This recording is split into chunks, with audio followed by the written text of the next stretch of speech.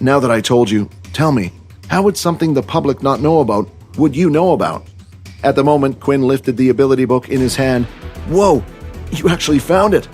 Well, what are you waiting for? Let's learn it now. We have all the time in the world and we're stuck here doing nothing. What I'm about to tell you, they would probably teach you at the school later on anyway.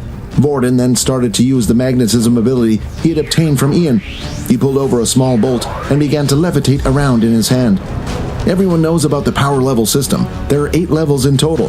These levels are actually determined by how many mutant cells you are able to activate in your body and not actually determined by strength. But if the power levels don't actually determine strength, then why the test when we started school? Quinn asked. The test the military gives you is actually to put you into the subcategories they created, the 1.1, 1.2, etc. This can sometimes be determined by what skills you have as well. Quinn was suddenly confused because he was sure he had seen the number 5 on it before. These watches are the answer. The watches they put on us are able to determine the number of mutant cells in our body. And now, that brings me to your book, Vorden said as he pointed towards it. Not everyone can activate a high number of cells. It might take a while before we can tell if you have the ability to learn it or not. It sounded harsh, but what Vorden was saying was true.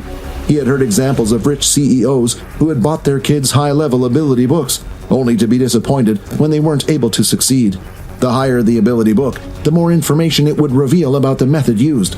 It was the fact that your soul weapon also had something to do with the number of mutated cells in your body as well. This would determine how strong of a soul weapon you had.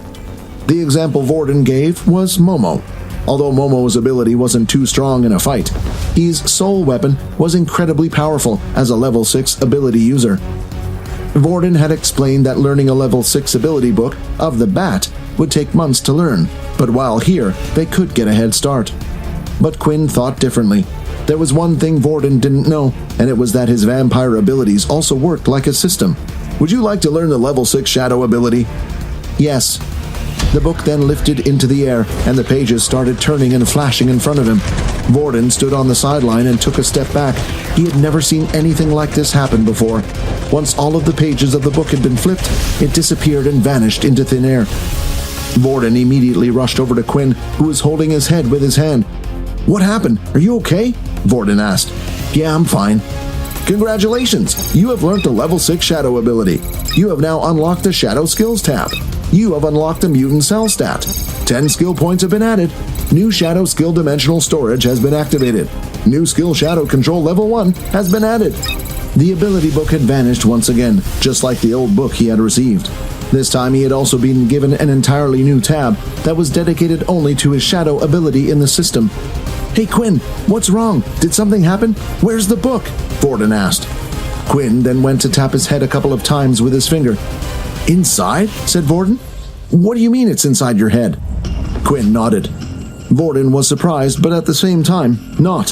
He had learned so many crazy things today, and this one was probably one of the least shocking. Vorden didn't ask too many questions, and gave Quinn a few moments to sit down and rest. He didn't really understand what he meant by it was all inside his head. Of course, this was Quinn's way of getting around telling Vorden it was a system. Want to watch more episodes of my vampire system? Follow Pocket FM Fantasy Chronicles. You can watch the next episode here in the playlist.